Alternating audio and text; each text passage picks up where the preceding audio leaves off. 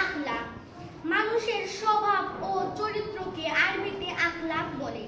চরিত্র ভালো হলে জীবন সুন্দর হয়, সুখের হয়। আখিরাতে শান্তি পাওয়া যায়, সুখ পাওয়া যায়। সুন্দর ও ভালো চরিত্র সচরিত্র, যেমন সত্য কথা বলা, রোগীর সেবা করা, আব্বা আম্মাকে সম্মান করা, প্রতিবেশীর সাথে ভালো ব্যবহার করা। আমাদের মহানবী সাল্লাল্লাহু আলাইহি ওয়াসাল্লাম ছিলেন উত্তম চরিত্রের অধিকারী। আল্লাহ তাআলা বলেন, নিশ্চয় তোমাদের জন্য আল্লাহর রাসূলের মধ্যে রয়েছে উত্তম আদর্শ। সচরিত্রের তালিকা: ১. আব্বা আম্মার সাথে ভালো ব্যবহার করা। ২. শিক্ষককে সম্মান করা। ৩. বড়দের সম্মান করা। ৪. ছোটদের স্নেহ করা।